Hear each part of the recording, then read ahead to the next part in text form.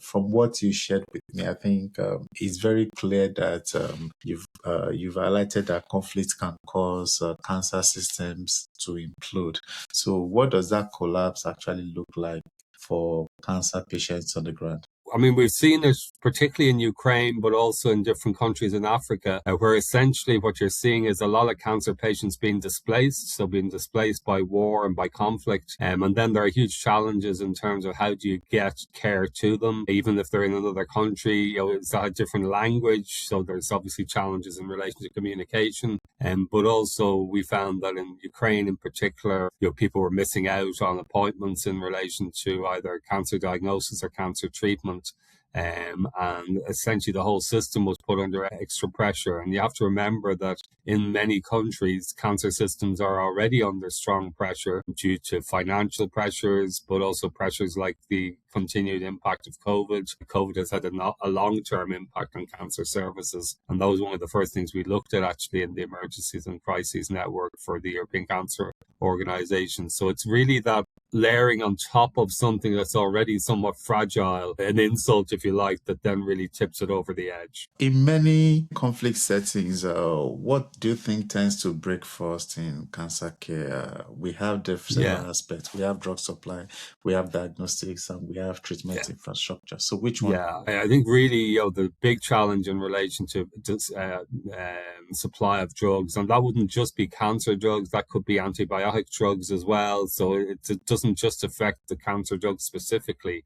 So you have to make sure that there's a way in which you can then get those cancer drugs, medicines, other medicines to patients. Obviously, the sort of, so I guess an immediate effect, because you have somebody who normally would be getting treatment is now not getting treatment. Obviously, things like diagnosis maybe are slightly further down the line because people are coming to clinics or not getting diagnosed or being suspicious of cancer, then people passed on to a specialist cancer service to see whether they do have cancer or not. So that certainly is an impact as well.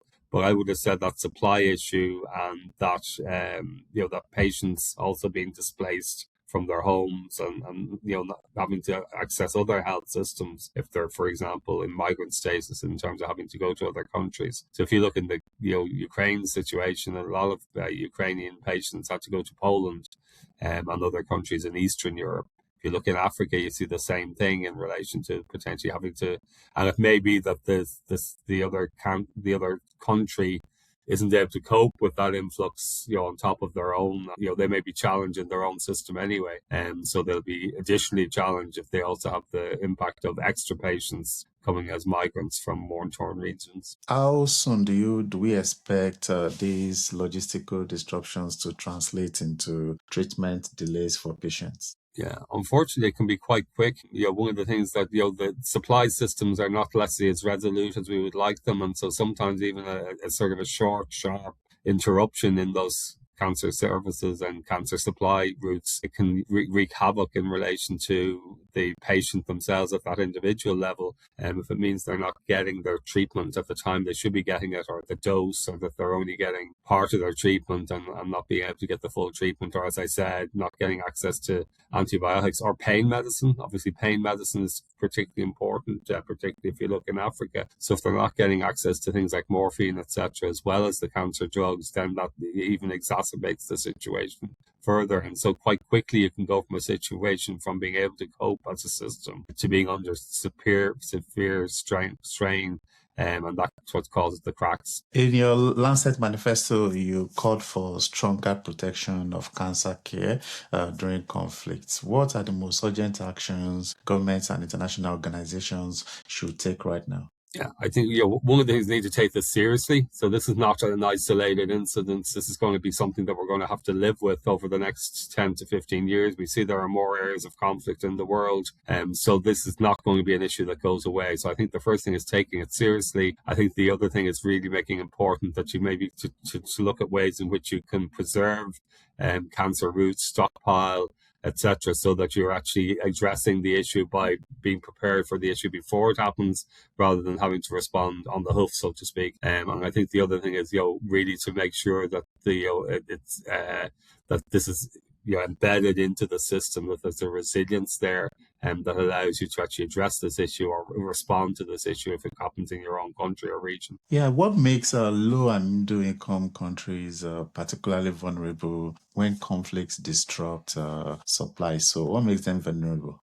Yeah, unfortunately, I guess partially it's because they probably don't have that wriggle room that some countries in the West have in relation to once their supply is hit in any form or other, that's going to have an impact. The other thing that maybe we do see quite a lot of variation in what the systems look like in different countries. In some countries, they may be more robust. In other countries, they must be less so. And unfortunately, you have to realize that what's happening is that this is a very strong insult that conflict places on cancer systems. So it's it's not just a very sort of mild thing. It actually can have very catastrophic effects. And so that's why that preparedness, but and also that cooperation aspect. So working together, I think one of the things we've learned out of the situation in Ukraine is that working together between countries right around the region was very instrumental in being able to address the challenge, respond to the challenge. And the other thing that's really important is having data on the ground, data intelligence that tells you what the situation is, what are the shortages. So we did surveys, for example, to see during the conflict, were there particular things that were more likely to have an impact on the system, and maybe then focusing on those. If they're the sort of first to go, then you need to have methodologies and approaches in place to address that. And so it's understanding and having that sort of cancer intelligence, if you like, as well as then obviously needing to act on that intelligence. Now, so what reliable data do we currently have regarding the extent of impact of disruptions on cancer care? I think the problem is we probably don't have enough data. We have it in isolated pockets. But certainly in Africa, we don't have resolute data right across, and obviously there are conflict zones in Africa. And so we'd certainly encourage us to look at ways in which, and I think, ways in which we can work together to do that. We do have pretty good data on Ukraine because we actually did quite a lot of study, because it's probably the first example of fairly public war where it was quite clear to see the impact it was having at an early stage on cancer. So I suppose in that way, it caused us to respond quickly and look at collecting data. The other thing that sometimes can be a challenge is there can be sources of data that are governmental and sources of data that are on the ground, and they may not equate with each other. And so you have to make sure that you're getting the right type of intelligence that's accurate, that allows you then to make decisions as to how to act on it. So if you look at recent conflicts like Ukraine, so what lessons have you personally learned about how we can protect continuity of cancer treatment? Yeah, I think there's four things that are really important. I think the first thing is having in place a system that responds. And so we need to have a responsive system. We need to collect the data. We need to recognize the great positive impact that patient advocacy groups had, particularly working on the ground in terms of getting patients access to either treatment, but also even getting them access to materials that were in the languages that they could read. Because I think that education piece is very important. And the other is the need to act quickly. So these are not things that sort of happen and then you have time to act, and you really need to address them quickly, because otherwise they just exacerbate the situation further and it gets worse. So if you're not able to respond in terms of having say antibiotic drugs, the problem, and the problem is you don't necessarily have those stockpiles. So I suppose one of the things we learned was the need for stockpiling, and also potentially the need for looking at measures of joint procurement so that you can actually have joint procurement that makes it cheaper, because one of the challenges of stockpiling is people don't necessarily have the resources to stockpile. They barely have enough resource to actually provide the drugs in the first place. And so maybe working together, joint procurement may lessen the financial load on individual regions or countries, and allow them that stockpile to be available as a second resort if there is a conflict in a particular region. Do you think current global humanitarian systems adequately account for non-communicable diseases like cancer, or do you think they are still designed mainly for acute emergencies? Yeah, I think they are. Obviously, even if you look at it, the number of different organizations, pandemic preparedness tends to be the word that's used. I would argue that non-communicable disease preparedness needs to be part of that issue as well. And